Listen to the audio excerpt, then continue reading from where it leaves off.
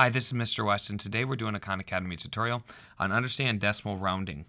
So let's go ahead and get started. It says, which of the following amounts round to 249 if we're rounding to the nearest dollar? A couple things here that we need to understand about rounding. So number one is we always look to the next number, to the next digit. That's how we determine how we're going to round.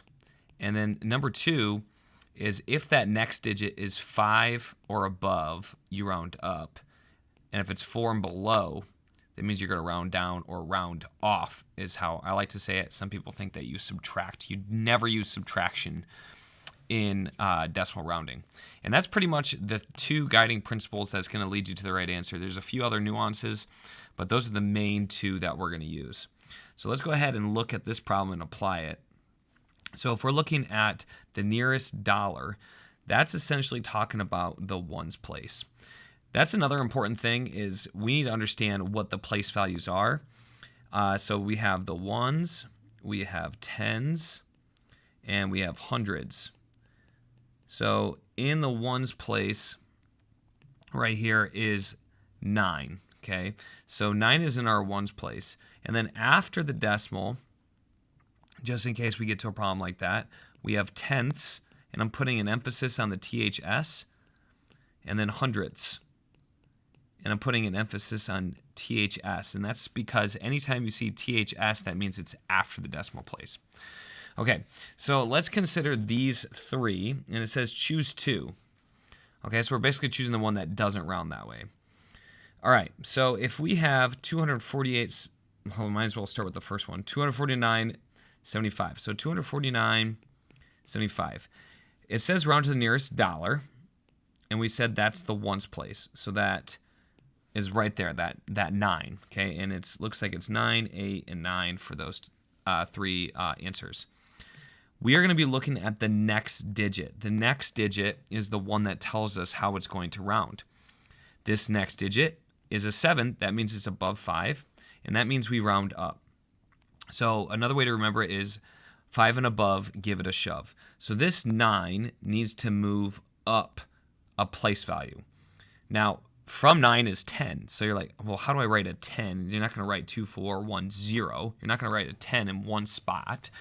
So how do you treat that? Well, how you treat that is you pretend that this is a 49, which it is, and we're going to go 1 up from that. So if we do 1 up from 49, we get 50. And that is how we would round that problem. Now, is 250 equal to 249? It's not. Therefore, option A is not your answer. Now, you can obviously select B and C, but I'm going to explain why B and C are correct answers. So let's go to number B. Letter B, I mean. So we have 248.75. We are looking at the ones place, and we are looking at the next digit over, the 7. The 7 is also big enough to move up the 8. 5 and above, give it a shove. I'm looking right there at step 2. So that 7 is going to bump that 8 up one digit to 249. And I forgot to mention this, but anytime you round to that place value, you don't include anything after it. So we're not going to include any decimals after it because we rounded it, okay? We're shortening the number. So 249 is our answer for B. So that's one of our choices. And then let's look at 249.23. Okay, again, the ones place is that 9. We look at the next digit over. Okay, sorry about the arrow. I think you guys get the point though. That 2 is too small. So we're going to round down, round off. Okay, what that means is we are not going to do anything to that 9. We leave it alone. So 4 and below, we let it go. We just leave it alone. But again, we don't include any of the decimals after it. We're just shortening the numbers. So 249, that's it.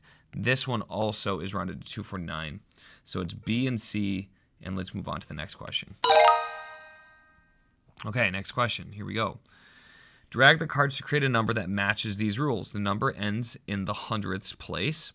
2 is the nearest 1 when rounding. Okay, so first off, if it's the last digit, the number ends in the hundredths place, we need 2 numbers after the decimal.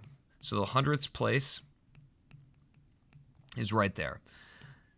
Okay, so it's 2 after. Right now, it's not set up that way, so we need 2 numbers after it. Okay, we're already better, but now we have to apply the first condition, which is 2 is the nearest value when rounding.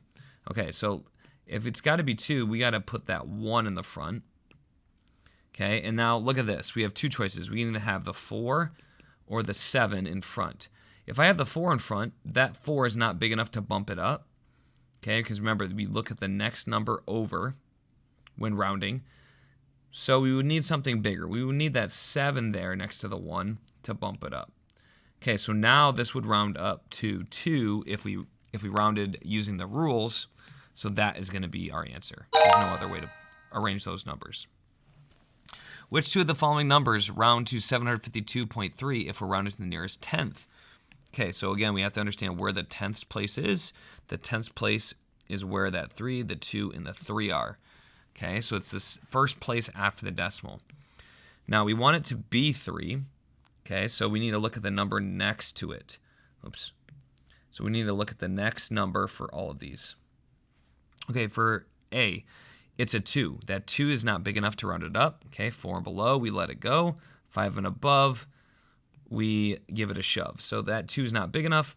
So this one's going to stay 752.3 because that 2 doesn't push the 3 up to the 4.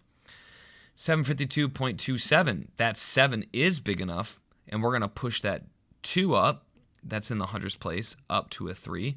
So far we're 2 for 2. But let's see why C is incorrect. So 752, that 6 is big enough to bump up that 3 to a 4, but that's not what we want. We want it to be a 3. So it's A and B are the 2 choices for this one. Okay, we got one more question. Let's go ahead and do it. Draw the cards to create a number that matches these rules. The number ends in the tens place. Okay, that means one number after the decimal. 50 is the nearest 10 when rounding. Okay, so I got to get a number closer to 50. Okay, so let's go ahead and do that. Now, it says the nearest 10. The tens place is not the tenths place. That's the tens place. So we want it to be closer to 50. Well, if we want it to be close to 50, we need to round up to 5. So the number next to it needs to be a 5 or above in order to give it that shove. It's currently a 3. So that 3 is not big enough to move that 4 up. This would round to 40, which is what we don't want. We want 50. So let's do some rearranging here. Okay, notice how the number is already closer to 50. The number next to the 4 now is an 8. That is big enough to move it up to 50. The 8 is 5 and above. We give that 4 a shove to 50, and that's going to be how we round it. We don't include any decimals afterwards, and 50 is the shortened form. So that is going to work. Okay, so let's look at our summary. Hope you guys enjoyed this video. If you have any questions on it, make sure to leave a comment below, and I look forward to seeing you next time right here on Wes Explains Best.